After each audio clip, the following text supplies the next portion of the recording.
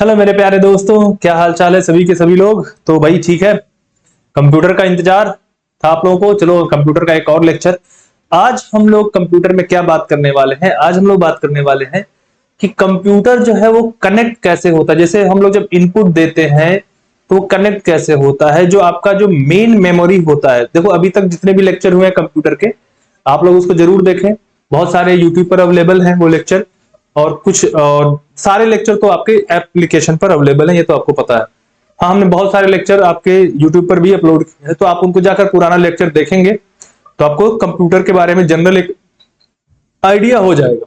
और यहाँ पे जो हम लोग आज बात करेंगे तो देखेंगे कैसे प्रोसेसिंग होती है कंप्यूटर की, किस तरीके से मेन मेमोरी और सीपीयू आपस में कनेक्ट होते हैं, इन सब के बारे में हम चर्चा करेंगे। और कैसे बनता है कंप्यूटर की गुणवत्ता, अगर आपको समझनी है तो लोग ज्यादातर प्रोसेसर को देखकर या कितना उसकी मेमोरी है वो ये देखकर, किस जनरेशन का है ये देखकर ये सब चीजें करते हैं।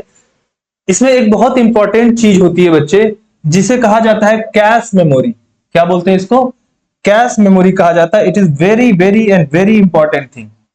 अब ये है क्या चीज कैश मेमोरी, समझते हैं इसको। कैश मेमोरी क्या होता है? देखो बच्चों, क्या होता है कि एक जो है आपकी मेन मेमोरी होती है ना, एक मेन मेमोरी होती है जहां पे डेटा स्टोरेज रहता है।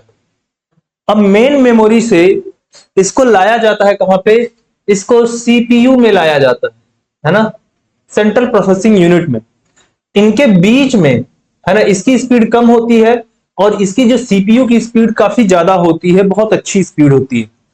इन दोनों के बीच में जो गैप है, उस गैप को भरने के लिए, यानी मेन मेमोरी से अस्थायी रूप से ये मेमोरी एक जगह बीच में पहले स्टोर होती है और फिर इसको सीपीयू के अंदर ट्रांसफर किया जाता है, और वही कहा जाता है कैश मेमोरी। ठीक है, सिंपल भाषा में। अब जरा समझते हैं इसको परिभाषित कैसे करेंगे।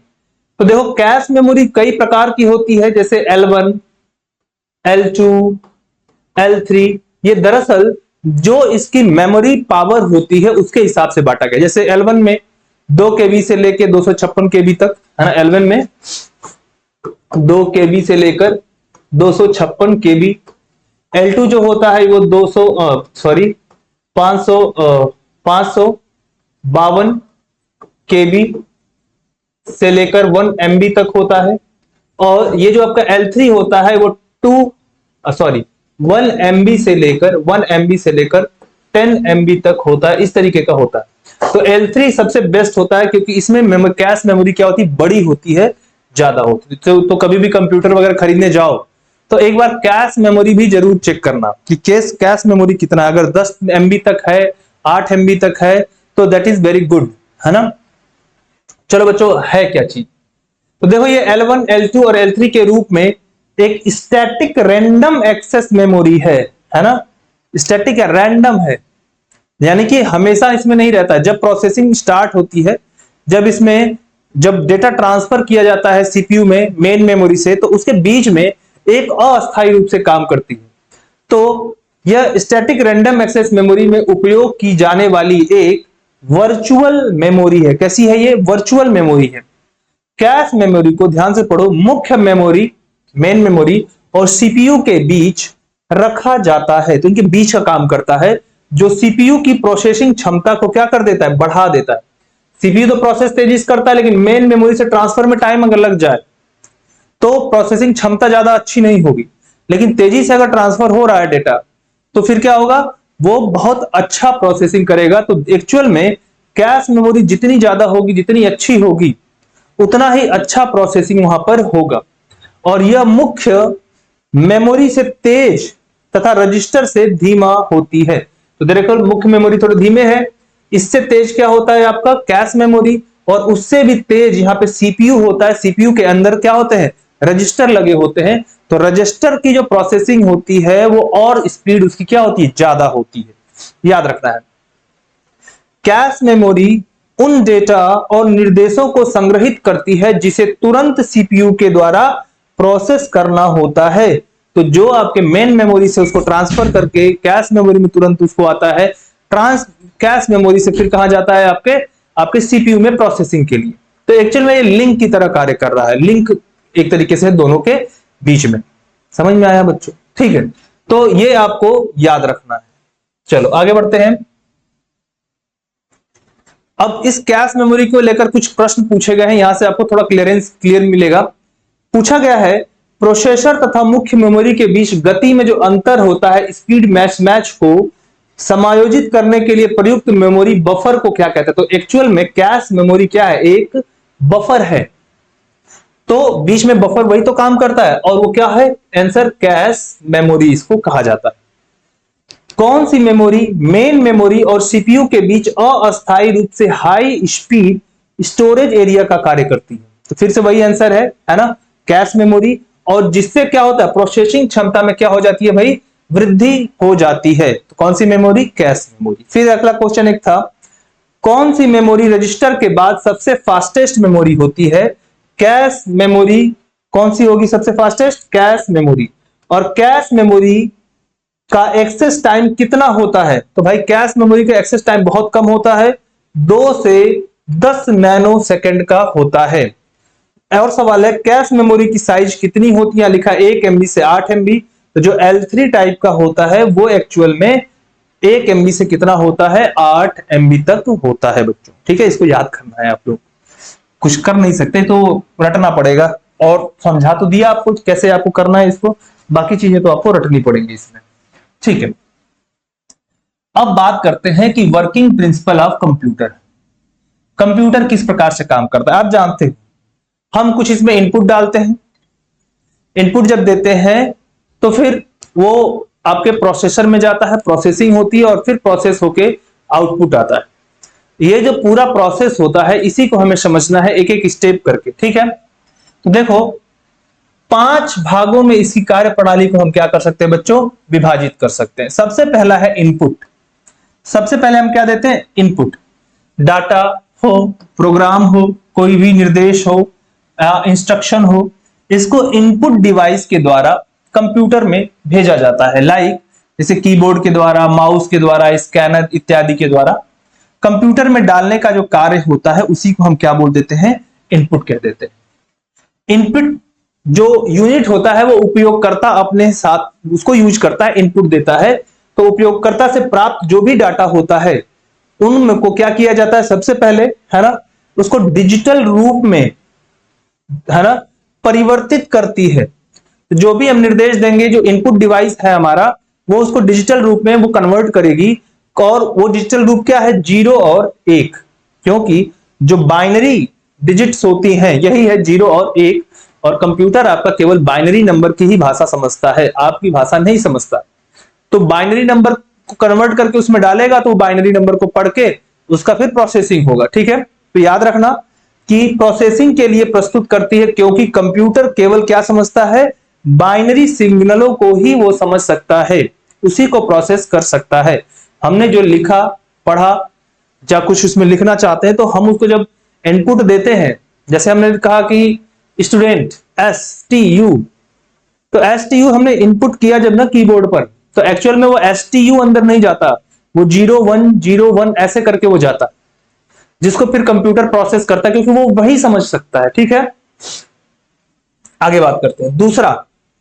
दूसरा होता है स्टोरेज। पहला क्या था? इनपुट था, दूसरा क्या था? स्टोरेज, है ना।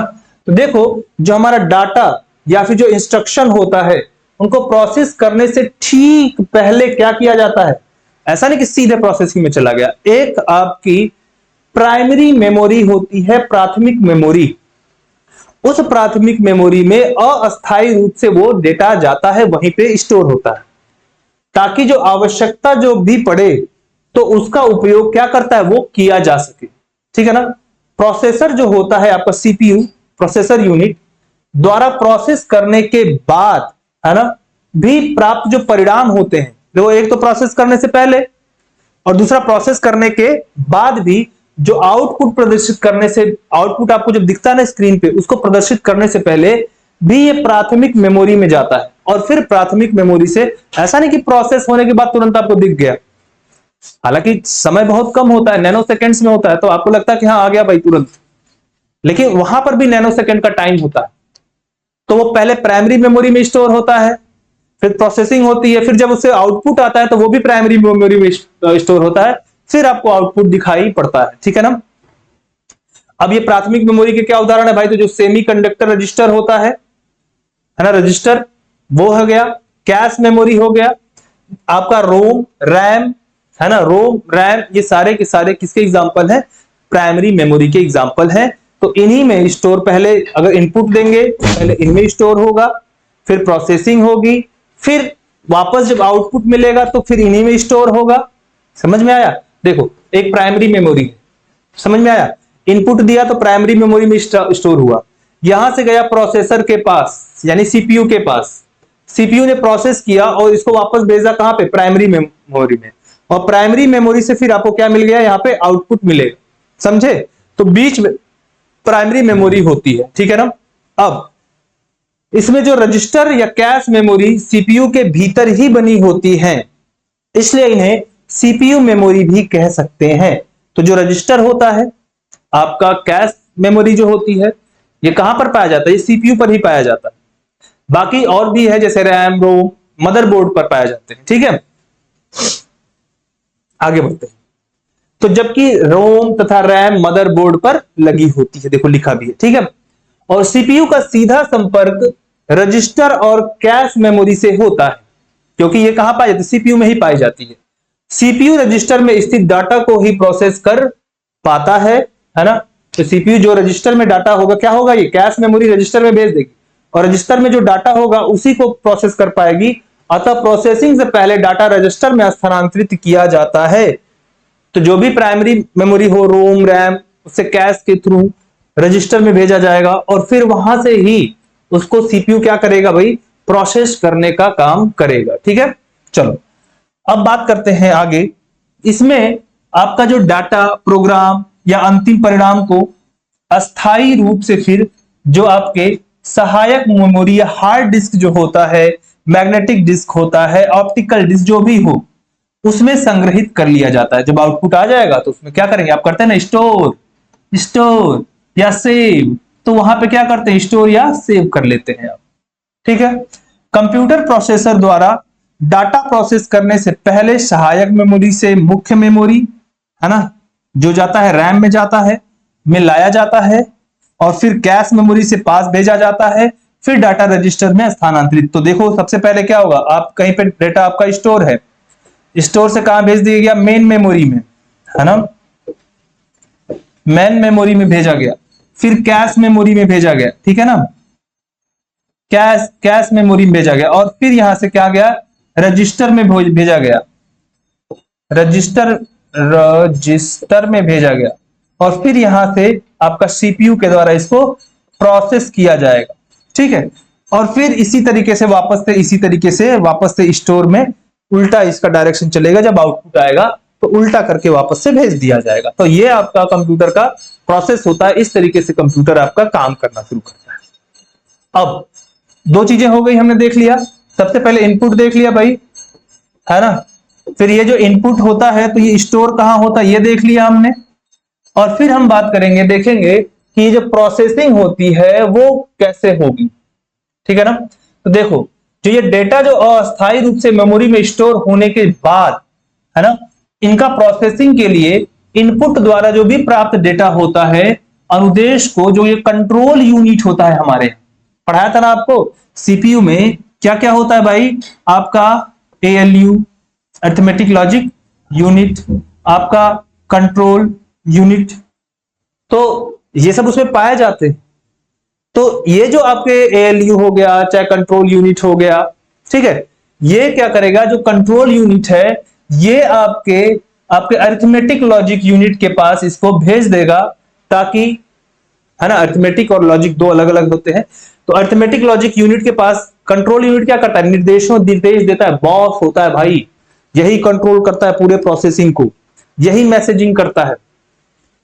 ये अरिथमेटिक लॉजिक यूनिट के पास भेजा जाता है ताकि इनपुट डाटा द्वारा प्राप्त डाटा का अनुदेश के अनुसार, अनुदेश का मतलब इंस्ट्रक्शन के अनुसार, अंक गणित का हो या तार्किक गणनाएं हो, कोई अर्थपूर्ण इंफॉर्मेशन में जो बदला जा सके या जो वांछित कार्य है वो संपन्न किया जा सके। तो एक्चुअल में इस पे जो कंट्रोल आपका यूनिट है ये कंट्रोल करके इस निर्देशों को एएलयू के पास भेजेगा और एएलयू इसको प्रोसेस करके फिर इसका आउटपुट निकालने का काम करेगा, उससे जो भी इंफॉर्मेशन या डेटा होगा वो करेगा। चौथे नंबर पे हमारा आउटपुट है ना।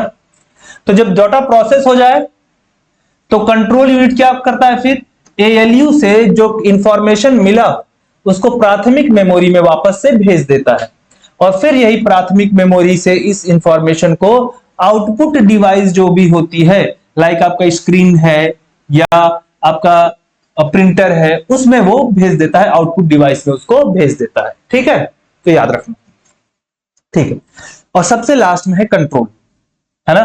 तो ये जो संपूर्ण कार्य में प्रयुक्त जो उपकरण होते हैं, अनुदेश होते हैं, इंफॉर्मेशंस होते हैं, इनको कंट्रोल करके सबके बीच तालमेल स्थापित किया जाता है। ये सब क्या है, लास्ट वाला है, 5th स्टेज है, कंट्रोल किया जाता है ये सारे इंफॉर्मेशन के ऊपर। आओ बच्चों, तो ये तो हमारा हो गया आपका प्रोसेसिंग, किस तरीके से कंप्यूटर क्या करता है, प्रोसेसिंग करता है। कंप्यूटर में किस तरीके से इनपुट से लेकर आउटपुट के एक एक चरण, एक एक स्टेप आपको समझाया। फिर से अगर आपको नहीं समझ में आया तो एक बार फिर से वीडियो देखना, समझ में आ जाएगा। ठीक है बच्चों, अब हम बात करेंगे कि मशीन साइकिल, है ना, क्या लिखा हुआ है, लिखा हुआ है मशीन साइकिल। मशीन साइकिल, ये मशीन साइकिल क्या चीज है इसको समझते हैं। ठीक है, देखो,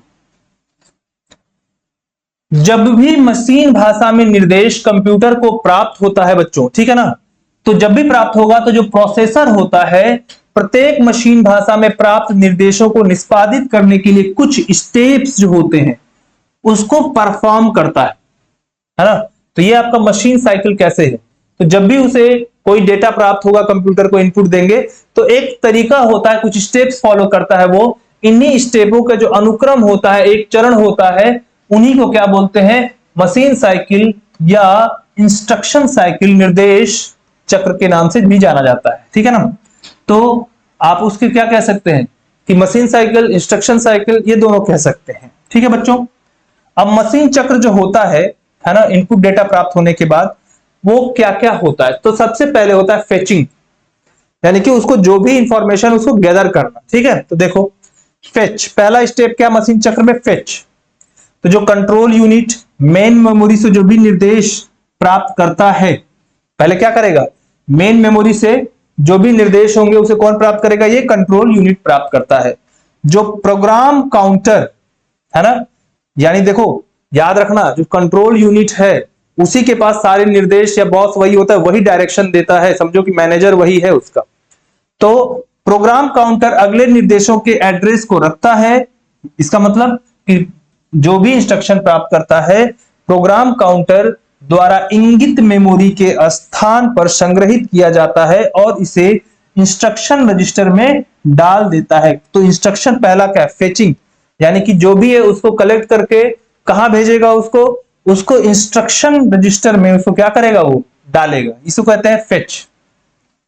फेच के बाद क्या होगा, जब उसको वो इंफॉर्मेशन या जो भी मैसेज होगा वो वहां पहुंच जाएगा, तो फिर उसका डी कोड होगा कि क्या चीज आया है ना। डिकोडिंग का मतलब आपके पास कुछ कोड आया, अब उसको समझने का प्रयास होगा।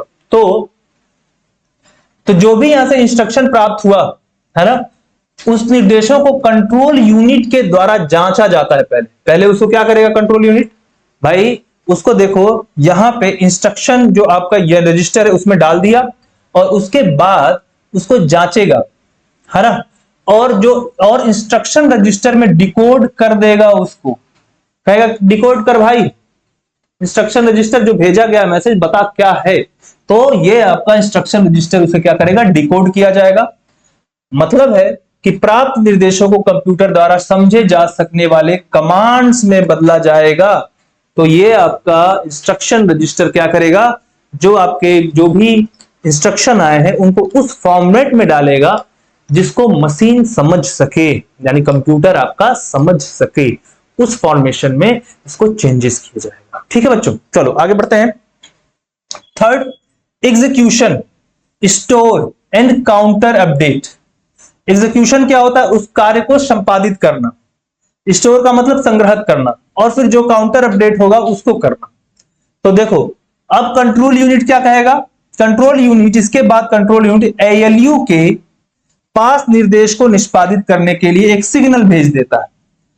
कहता है कि भाई देखो, अब हमने इसको मशीन, जो आपका मैसेज आया उसको डिकोड कर लिया, अब इसको एएलयू के पास भेजते हैं, क्योंकि अब एएलयू इसको समझ लेगा, कंप्यूटर हमारा समझ लेगा उसको। और एएलयू जब उस सिग्नल को उसके पास भेजता है, तो फिर जैसे ही प्रत्येक निर्देश को निष्पादित कर लिया जाता है तो रिजल्ट प्राप्त हो जाता है। एएलयू पे भेज दिया, एएलयू ने प्रोसेसिंग कर दिया और खट से हमें क्या मिला, रिजल्ट। ठीक है, और उसके बाद उस रिजल्ट को मेमोरी में वापस भेजा जाता है और स्टोर किया जाता है।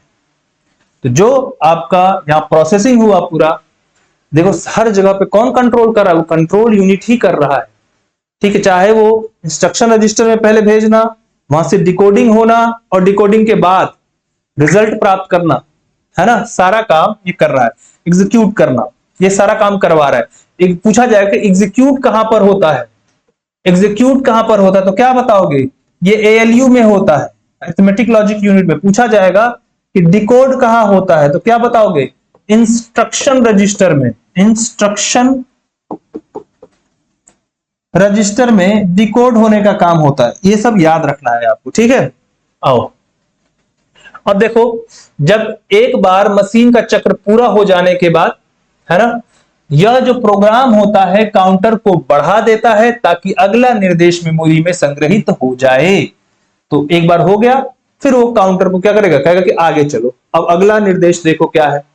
तो अगला निर्देश को फिर वो अपने पास में लेकर आएगा। ठीक है, फिर उसका वही प्रोसेस, फिर से सारे के सारे जो कार्य होते हैं, ठीक है ना, उपयुक्त सर्किट फिर से सक्रिय हो जाता है और जैसे ही निर्देश निष्पादित हो जाते हैं, यह मशीन चक्र को पुनः आरंभ करता है, जो फेज चरण शुरू हो जाता है।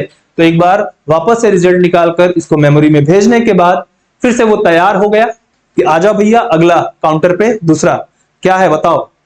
तो फिर इनपुट आएगा, इनपुट आएगा तो इनपुट को कंट्रोल यूनिट पहले देखेगा क्या इनपुट है भाई, फेचिंग करेगा, फेच करके भेज देगा इंस्ट्रक्शन रजिस्टर में। इंस्ट्रक्शन रजिस्टर को डिकोड कर लेगा। इंस्ट्रक्शन रजिस्टर से डिकोड होने के बाद क्या होगा भाई, उसको फिर से कंट्रोल यूनिट कहां से भेजेगा, कहेगा भाई अभी डिकोड हो गया, अब इसको मशीन भैया तुम पढ़ सकते हो, है ना, एएलयू भैया, अरिथमेटिक लॉजिक यूनिट भैया, आप इसे पढ़ सकते हो, उठा के वहां भेज देगा फिर, और वो उसको प्रोसेसिंग करके उसका रिजल्ट निकाल देगा तुरंत, खटाखट खटाखट खटाखट। ठीक है, चलो तो अब आगे बढ़ते हैं। अब कुछ इंपॉर्टेंट चीजें जो आपके एग्जाम में पूछी जाती हैं, बहुत आसान आसान चीजें हैं जो आपके एग्जाम में पूछी जाती है और बच्चे गलत करके चले जाते हो आप। ठीक है, तो आज गलत नहीं करना। क्या है ये, इनपुट डिवाइसेस। इनपुट डिवाइसेस क्या होते हैं, देखो भाई एक चीज बताओ, ऐसे ही क्लास आपके कहां पे चलती है, आपके एप्लीकेशन पे चलती है। तो जो कोई भी कंप्यूटर की क्लास चाहता है कि वो एप्लीकेशन पे ज्वाइन करे तो हमारे एप्लीकेशन पे जुड़ सकता है। नटराज एजुकेशन एप्लीकेशन है ना, वहां से जुड़िए और कोर्स परचेज करके ये पूरा कंप्यूटर शुरू से लास्ट तक कोई भी एग्जाम में अगर पूछा जा रहा है उसका आप कंप्यूटर अच्छे से यहां से कर पाएंगे। ठीक है, मात्र 111 रुपए में कंप्यूटर का कोर्स है। बाकी और भी बहुत सारे कोर्स हैं, उन कोर्सेज को भी आप वहां पे जाकर चाहे तो ज्वाइन कर सकते हैं। बहुत ही अच्छे अच्छे कोर्स है, यूपी जीके से लेकर हर प्रकार के कोर्स जो आपको चाहिए वो सब मिलेगा। और स्टैंडर्ड कोर्स है भाई, कोई ऐसा नहीं कि ऐसे ही फालतू में इधर उधर की बातें पढ़ा दी गई। जाकर एक बार देखो, वहां पे समझ में आएगा कि क्या मस्त बढ़िया चीज मिल रही है आपको। एग्जाम में वैसे पूछा जाएगा, वैसे ही हाई लेवल का है। जैसे लल्लू पंजू टाइप करने की अगर कठिन क्वेश्चन पूछ दिया गया तो फिर गए काम से, सब कुछ मिलेगा, यही मिलेगा। ठीक है, चलो आगे। अब इनपुट डिवाइस क्या होता है भैया, है ना, तो देखो ये इनपुट डिवाइस एक्चुअल में एक हार्डवेयर होता है, याद रखना, हार्डवेयर होता है, कंप्यूटर हार्डवेयर, जैसे माउस, कीबोर्ड, है ना, ये सब क्या, स्कैनर, ये सब क्या है, इनपुट डिवाइस, हार्डवेयर है। तो ये एक हार्डवेयर होता है जिसका उपयोग कंप्यूटर में डाटा इनपुट करने के लिए किया जाता है बच्चों, है ना। और इनपुट डिवाइसों के उदाहरणों में क्या है, कीबोर्ड है, माउस है, स्कैनर है, डिजिटल कैमरा है, आपके जॉयस्टिक है, माइक्रोफोन है, ये सारे के सारे, है ना, जो माइक्रोफोन पे बोलते हो, जैसे ये रिकॉर्डिंग कर रहा हूं मैं माइक्रोफोन से, क्या है ये, इनपुट डिवाइस है ना। ये इनपुट जा रहा है वहां पे, प्रोसेसिंग होकर फिर मेरी आवाज में चेंज हो रहा है, जो मैं बोल रहा हूं यही आवाज थोड़े जा रही है, या सिग्नल जा रहा है 0 1 के फॉर्म में, वहां पे जाके डिकोड हो रहा है, और डिकोड होने के बाद आपके पास जो है वो आवाज पहुंचेगी। ठीक है, चलो, तो ये सारे के सारे क्या इनपुट डिवाइसेस हैं। अब कीबोर्ड क्या है भाई, अब इसको समझाना पड़ेगा क्या, है ना। तो भाई एक टाइपराइटर की तरह है ना, और जिससे बहुत सारे अल्फा न्यूमेरिक फंक्शन और कंट्रोल की होती है, जिससे प्रेस करके हम कंप्यूटर के इनपुट करने का कार्य करते हैं। तो कीबोर्ड में बहुत सारे अल्फा न्यूमेरिक, अरे पढ़ा होता है ना, कीबोर्ड खटखट खटखट खटखट करते हो जो, है ना, कंट्रोल होता है, शिफ्ट होता है, स्पेस बार होता है, उसमें F1 F2 FC6 F11 सब होता है, दुनिया भर का इंटर होता है, ABCD होता है, 1 2 3 4 होता है, तो अल्फा न्यूमेरिक होता है वो। ठीक है, और वहीं से हम इनपुट करते हैं। ठीक है, माउस है ना, तो देखो माउस में 3 बटन होती है ना, जिससे क्लिक करके हम कंप्यूटर को क्या करते हैं, इनपुट देते हैं। ठीक है ना, सामान्यतः यह क्या है, पॉइंटिंग डिवाइस होता है, आप यहां पॉइंट करके क्लिक किए, खटखट, है ना। तो किसी भी फोल्डर को, कंप्यूटर में फाइल को सेलेक्ट करके उसको 2 बार क्लिक करके क्या कर सकते हैं, ओपन कर सकते हैं, या आपके टास्क बार में तो उसको 1 ही बार क्लिक करके क्या कर सकते हैं, आप ओपन कर सकते हैं। तो ये होता है, बीच में वो लगा होता है, आप ऐसे ऐसे खींचते हो आगे पीछे ऊपर नीचे, इनपुट डिवाइस है। ठीक है, आगे बढ़ते हैं, स्कैनर। स्कैनर भी क्या भैया, क्या है, इनपुट डिवाइस है। ठीक है ना, तो यह डिवाइस जीरोक्स मशीन की तरह ही क्या करता है, काम करता है, और स्कैन के जरिए हम किसी भी फोटो पिक्चर जो होता है उसको क्या कर सकते हैं, उसको बाइनरी डाटा में बदलकर अपने कंप्यूटर में रख सकते हैं। तो एक्चुअल में मैंने फोटो खिंचवाया और उस फोटो को स्कैन कर दिया और कंप्यूटर में रख दिया, वो बाइनरी डेटा के रूप में हमारे कंप्यूटर में सेव है। जब भी हम उस पर क्लिक करेंगे तो यानी कि हमने इनपुट दिया उसको, तुरंत वो खुलकर आएगा, जाएगा, प्रोसेसिंग होके खुल जाएगा स्क्रीन पे, आउटपुट मिल गया आपको। ठीक है, चलो बच्चों आगे, ट्रैक बॉल, है ना। तो देखो ट्रैक बॉल भी माउस की तरह दिखने वाला एक क्या है, पॉइंटिंग इनपुट डिवाइस होता है, और जिसका उपयोग माउस की तरह कंप्यूटर स्क्रीन में कर्सर को नियंत्रित करने के लिए किया जाता है। ट्रैक बॉल माउस के उल्टे डिजाइन के समान होता है, माउस ऐसे होता है ना, ट्रैक बॉल ऐसे होता है, उल्टा होता है, और इसमें एक रबर बॉल नीचे नहीं होकर ऊपर है, तथा इसमें डिवाइस को अपने स्थान से हटाए बिना रबर बॉल को घुमाकर माउस पॉइंटर के स्थान में परिवर्तन किया, ऐसे ऐसे होगा, ऐसे बॉल लगा होगा, बॉल ऐसे ऐसे घुमाओ तो माउस पॉइंटर इधर इधर होता रहेगा। ठीक है, तो इस प्रकार का ये डिवाइस होता है। अब अगला है हमारे पास, हाँ एक चीज जान लो, इसका जो उपयोग किया जाता है ट्रैक बॉल, इसका उपयोग मुख्यतः जो आपका computer aided design, computer audio manufacturing में किया जाता है, तथा इससे लैपटॉप, कंप्यूटर माउस के स्थान पर पॉइंटिंग डिवाइस के रूप में भी किया जाता है। और ट्रैक बॉल को 1949 में कनाडा के 2 इंजीनियरों, किसने, टॉम क्रैस्टन और फ्रेड लॉन्गस्टाफ के द्वारा विकसित किया गया था।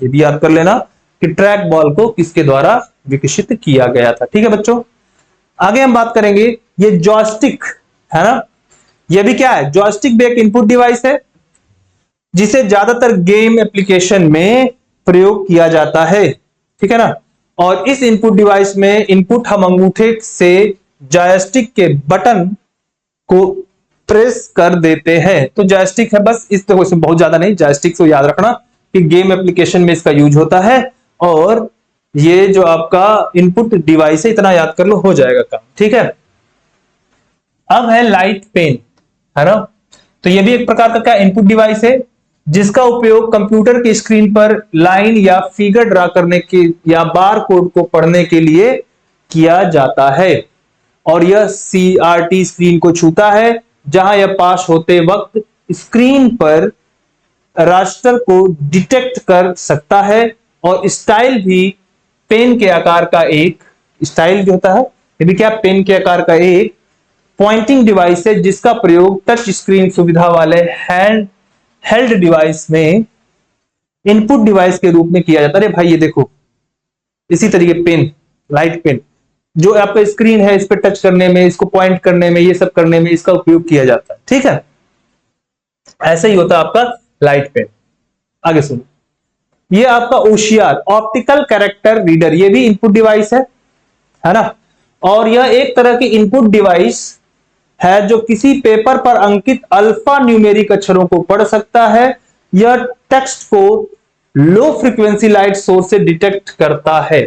अब सोचो, आप गूगल लेंस वगैरह यूज करते हो, वो एक्चुअल में इसी तरीके से काम करता है। ठीक है, फिर आपको बात करें माइक्रोफोन, है ना, ये भी इनको इनपुट डिवाइस है जिसमें साउंड ले जाने के लिए किया जाता है।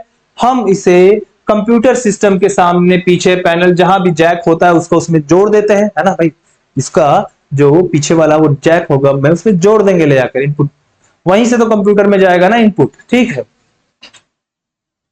चलो भैया, अब होता है बायोमेट्रिक सेंसर। जाते हो आधार कार्ड बनवाने, तो जब जाते हो तो यही बायोमेट्रिक सेंसर वहां पे लगा होता है। ठीक है ना, तो ये एक विशेष प्रकार का डिवाइस जो किसी व्यक्ति को पहचान की जाती है। बायोमेट्रिक सेंसर किसी व्यक्ति की शरीर की जो संरचना जैसे उंगलियों के निशान, चेहरा, आंख और आवाज आदि के आधार पर उस व्यक्ति की पहचान करता है। आपका कंप्यूटर, अरे मोबाइल खोलते हो ऐसे मुंह दिखाते हो खुल जाता है, क्या है भैया? वो बायोमेट्रिक सेंसर है जो आपके चेहरे को पहचान लेता है कि आप ही हो। आ गए गुरु, तो आ गए तो चलो आ जाओ, खुल जाते हैं। ठीक है, तो इस आधार से वो पहचान करता है। और अन्य शब्दों में कहें तो बायोमेट्रिक सेंसर एक क्या है? ट्रांसड्यूसर है जो किसी व्यक्ति के बायोमेट्रिक को विद्युत सिग्नलों में क्या करता है? परिवर्तित करता है। जो आपका चेहरा देखता है ना, पहले वो चेहरा नहीं देखता, उसको इसको सिग्नलों में कन्वर्ट करता है, डिजिटल, और फिर उसको प्रोसेस करके फिर बताता है कि तो आप ही हो। आगे भैया, चलो हम खुल जाते हैं। ठीक है, चलो तो देखो, हाँ, आपके स्मार्टफोन में लगा हुआ जो फिंगरप्रिंट लॉक है, आप फिंगरप्रिंट से लॉक करते हो, उंगलियों के सेंसर रखते हो, या लॉक खोलने के लिए यूज करते हो, चेहरे देखकर वो लॉक खुल जाता है। ये सब सेंसर के कारण ही हो पाता है। सबका एग्जांपल बता दिया मैंने। ठीक है, अब एक चीज है bar code reader. Bar code reader का जाते हो मॉलों में खरीदने, एक ऐसे लिया रहता है, एक जो है इसे, और उसको ऐसे रीड करता है और टू टू की आवाज आ जाती है, वही बार कोड रीडर है। तो यह क्या करता है? बार कोड को रीड करके इलेक्ट्रॉनिक फॉर्म में परिवर्तित करती है जो कंप्यूटर के द्वारा प्रोसेस होती है। और एक बार कोड किसी उत्पाद या प्रोडक्ट के बारे में समस्त जानकारी उसके अंदर क्या है? संग्रहित। जो कोड वो रीड करेगा वो जान जाएगा कि ये जो भी प्रोडक्ट है ये कैसा है, क्या है, सारा डिटेल उस बार कोड के हिसाब से वहां पे लिखा रहता है बच्चा लोग। ठीक है, अब हम बात करेंगे इसमें एक और है जिसे हम लोग जानते हैं MICR, है ना, इसको बोलते हैं magnetic ink character reader, MICR। ठीक है, तो magnetic ink character reader, bank में चेक जमा करने जाते हो, है ना, तो वहां पे ये MICR का उपयोग होता है। ठीक है ना, तो इसमें बैंकों के चेक पर पाए जाने वाले जो मैग्नेटिक कैरेक्टर को रीड करने के लिए इसका क्या करते हैं? उपयोग किया जाता है, MICR का उपयोग करते हैं। और टच स्क्रीन तो भाई हम भी यूज कर रहे हैं, आप भी यूज कर रहे हैं, है ना। टच स्क्रीन दोनों तरीके का है। पूछा जाए कि टच स्क्रीन क्या है, इनपुट है आउटपुट है? बब्बा, इनपुट डिवाइस भी है और आउटपुट डिवाइस भी है, क्योंकि हम टच करते हैं तो इनपुट देते हैं और फिर वहां से आउटपुट भी उसी स्क्रीन पे हमें दिख जाता है। तो it is input and output both type of device. Graphics tablet, है ना, तो देखो ये जो एक ग्राफिक्स टैबलेट होता है एक्चुअल में देखो तो ये या designer, drawing tablet, drawing pad, इन जैसे सब तरीके हैं। ये ग्राफिक्स टैबलेट की एग्जांपल है आपका digital drawing tablet, pen tablet, digital art board के नाम से भी ये सबको जाना जाता है। तो एक ग्राफिक टैबलेट जो होता है एक कंप्यूटर इनपुट डिवाइस है जो एक उपयोगकर्ता को विशेष पेन जैसे स्टाइलस के साथ इमेज, एनिमेशन और ग्राफिक्स को हाथ से खींचने में सक्षम बनाता है, जिससे इस तरह के व्यक्ति एक पेंसिल और कागज के साथ चित्र बनाता है। जैसे पेन टैब बोलते, ऐसे रहता है पेन टैब हम लोग पास है, तो उसको पेन से ऐसे लिखते हैं जो चीजें उस पे, वो कंप्यूटर स्क्रीन पे लिखता चला जाता है। तो यही चीज ये क्या है आपका ग्राफिक्स टैबलेट, है ना। ठीक है, OMR क्या होता है भैया, है ना, आप ऑप्टिकल मार्क रीडर या ऑप्टिकल मार्क रिकॉग्निशन कहा जाता है इसको। आपका जो कागज का पेपर है ना, जो चेक होता है ना, ये 0 0 यहाँ पे गोला गोला गोला गोला भर देते हो, ये सारा इसी से OMR सीट बोलते हैं उसको, उसी से चेक होता है। तो ये भी इनपुट डिवाइस है जो लोगों द्वारा ओएमआर शीट पर सर्वेक्षण, परीक्षण और अन्य कागजी दस्तावेज पर चिन्हित की गई जानकारी को पढ़ने में उपयोग किया जाता है। और ओएमआर शीट को जब ओएमआर स्कैनर में डाला जाता है तो ये स्कैनर एक लेजर लाइट को शीट पर डालता है और केवल काले घेरे को, निशानों को क्या करता है, स्कैन करता है। बोलते हैं ना, किससे काला करो, काला से काला करो। अरे हमने बोला किससे भरो, काले पेन से भरो। तो जब वो स्कैनर वहां जाएगा तो वो जो आपके ब्लैक कलर का या डार्क जो स्पॉट होगा उसी को स्कैन करेगा वो। ठीक है बच्चों। वेब कैमरा, हाँ बहुत डेंजरस डिवाइस है। ठीक है, तो वेब कैमरा इनपुट डिवाइस है जिसमें आप इंटरनेट से आपको जोड़ता है। इससे आप बहुत सारे काम कर सकते हो, जैसे Zoom meeting, Google Meet, Skype जैसे एप्लीकेशन है, वहां पर आप जा सकते हो। ठीक है ना। और जान लो, दुनिया का जो पहला वेब कैमरा का आविष्कार जो था वो किसने किया था, तो डॉक्टर क्वेंटिन स्टैफोर्ड फ्रेशर और पॉल जार्डेस्की ने 1991 में किया था। तो वेब कैमरा भी हाल ही में बना है। 1991 में किसने किया है, डॉक्टर क्वेंटाइन स्टैफोर्ड फ्रेशर और पॉल जार्डेस्की किया था। याद रहेगा। ठीक है, अब कुछ पुरानी परीक्षाओं में यहां से संबंधित सवाल पूछे गए हैं। इन सवालों को भी हम लोग क्या करेंगे बच्चों, देखते हैं क्या क्या सवाल विगत परीक्षाओं में आपसे पूछे गए हैं। देखो, कंप्यूटर किसी प्रोग्राम को किस क्रम में निष्पादित करता है, तो सिंपल सा पढ़ाया था अभी ना, फेच करेगा, डिकोड करेगा, एग्जीक्यूट करेगा और फिर क्या करेगा, स्टोर करेगा। बताया था, पहले फेच होगा, फिर डिकोड होगा, फिर एग्जीक्यूट होगा और फिर क्या होगा, स्टोर होगा।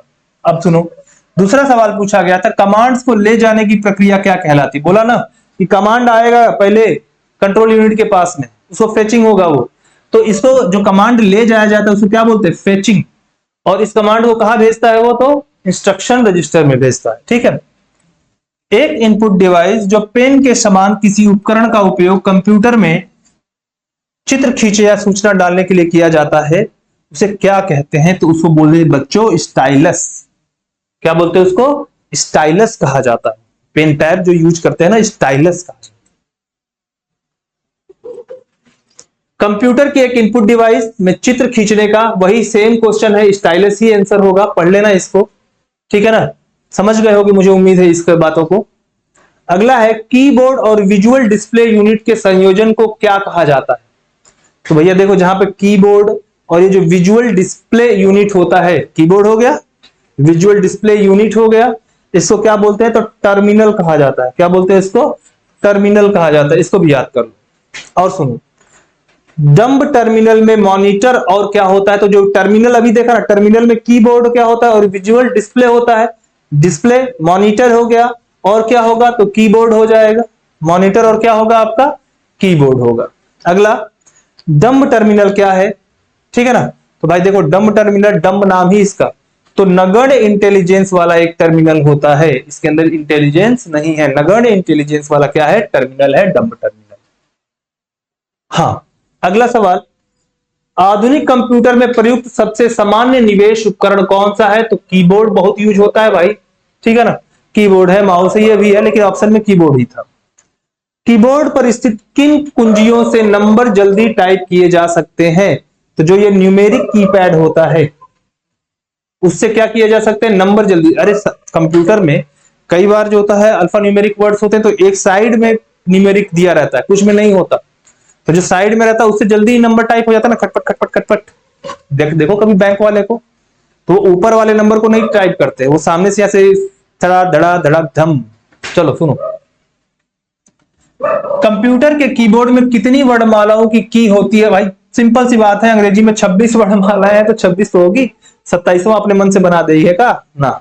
सुनो, कंप्यूटर की कीबोर्ड में एरो कीज जो एरो होता है, होम की, होम जैसे बना होता है, एंड की, page up, page down keys है ना, को किस श्रेणी में रखा जाता है, तो जो एरो कीज है, होम कीज है, एंड की है, पेज अप, पेज डाउन, ये दरअसल नेविगेशन होते हैं। नेविगेशन मतलब एक जगह से दूसरे जगह पे जाने के लिए। तो इन सब का, एरो कीज का, होम का, एंड पेज का, पेज अप, पेज डाउन, इन सब का उपयोग कहां किया जाता है, एक जगह से, मतलब एक जहां काम करो वहां से दूसरे फाइल पे, दूसरे जगह पे जाना है तो उसके लिए यहां पे उसका उपयोग करा जाता है बच्चों। ठीक है, आगे सुनिए। कंप्यूटर में इनपुट के बाद जानकारी क्या कहलाती है? जब कंप्यूटर में इनपुट डाल दिए भाई तो उसको डेटा कहा जाता है। क्या बोलते हैं? डाटा। अगला सवाल था, गायरोस्कोप के सिद्धांत का प्रयोग किस उपकरण में किया जाता है? तो गायरोस्कोप का जो सिद्धांत है इसका उपयोग आप स्मार्टफोन, कंप्यूटर माउस या रेसिंग कार जो होती है उसमें गायरोस्कोप के सिद्धांत का प्रयोग किया जाता है बच्चों। ठीक है, अगला, पहला कंप्यूटर माउस किसके द्वारा बनाया गया? तो डगलस एंजलबर्ट के द्वारा। पहला माउस याद रख लो, ये इंपॉर्टेंट क्वेश्चन, कि पहला mouse, computer mouse Douglas Engelbart के द्वारा। किस उपकरण में गायरोस्कोप का प्रयोग किया जाता है? तो माउस में किया जाता है।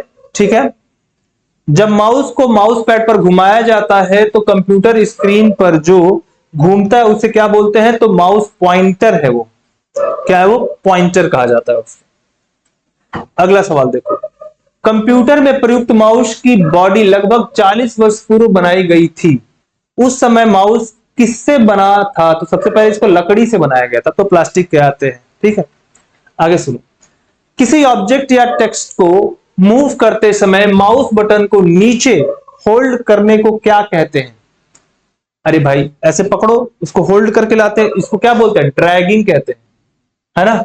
तो जैसे कोई टेक्स्ट है उसको आपने ऐसे खींचा, सेलेक्ट किया और फिर ड्रैग करके नीचे लाए, है ना, उसको उठा के नीचे लाए, क्या बोलेंगे? उसको ड्रैगिंग कहा जाता है। ठीक है, स्क्रीन की किस मद को किसी नए स्थान पर ले जाने के लिए माउस के प्रयोग के वर्णन हेतु प्रयुक्त पद को क्या, कौन सा है? तो ड्रैग और ड्रॉप। उसे ले जाओ, ड्रैग करो, किसी फोल्डर में ड्रॉप कर दो, पकड़ा, ले गए दूसरे फोल्डर में, क्या किया? ड्रॉप। तो ड्रैग एंड ड्रॉप। अब सुनो, माउस की कौन सी श्रेणी माउस के मूवमेंट का पता लगाने के लिए लेजर का उपयोग करती है? तो जो ऑप्टिकल माउस होता है ना, ऑप्टिकल माउस, ये उसका जो मूवमेंट होता है उसको कैसे वो प्राप्त करता है? लेजर बीम्स के द्वारा उसको प्राप्त करता है कि उसका कैसे मूवमेंट होगा। अगला सवाल है क्या बच्चों, ऐसी डिवाइस जैसे कीबोर्ड, माउस, इन सबको क्या बोलते हैं? इनपुट डिवाइस बोलते हैं। सिंपल सा है। माउस का क्लिक लॉक गुण क्या है? ठीक है, सुनो, क्लिक लॉक गुण क्या है? क्लिक लॉक माउस बटन को फिर से पकड़े बिना आपको हाईलाइट करने या खींचने में क्या करती है? सक्षम करती है। इसी को क्या बोलते हैं? क्लिक लॉक कहा जाता है। तो क्लिक लॉक क्या है? तो भाई देखो, माउस बटन को फिर से पकड़े बिना आपको हाईलाइट करने या खींचने में सक्षम करता है, इसी को क्या बोलते हैं? क्लिक लॉक कहा जाता है। और सुनो, अगला सवाल था, माइक्रोफोन किस प्रकार का डिवाइस है जो इनपुट के रूप में ध्वनि ग्रहण का? भाई तो इनपुट ही है भाई, और क्या इनपुट डिवाइस है, और क्या।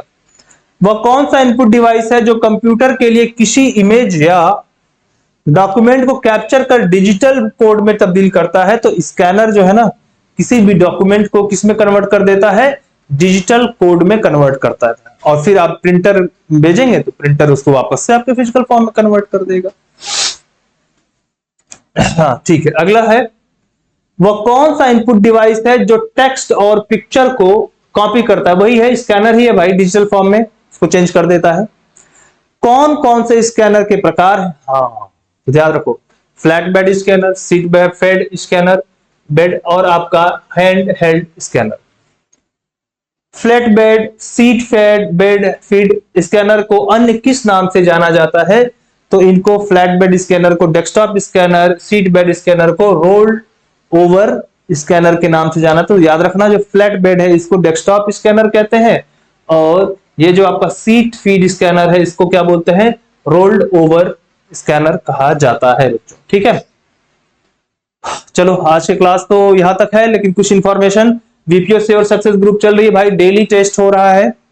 तो अगर आप ये बीपीओ श्योर सक्सेस ग्रुप जान चाहते हैं, टेलीग्राम पे ज्वाइन करना, डेली टेस्ट हो रहा है उसमें, तो आप वो टेस्ट प्राप्त कर सकते हैं वहां से। अब तक 5 टेस्ट हो चुके हैं, और आगे जब तक एग्जाम आपका होगा तब तक डेली उसमें टेस्ट होगा, तो आप उसको ज्वाइन करके डेली टेस्ट वहां पे दे सकते हैं। साथ में योजनाओं से लेकर, कंप्यूटर से लेकर जो भी होता है, सारे पीडीएफ वहां वीपीओ ग्रुप में आपको मिलेंगे। एक्स्ट्रा पीडीएफ भी आपको वहां पे मिलेगा, जिससे आप उसको पढ़ पाएंगे।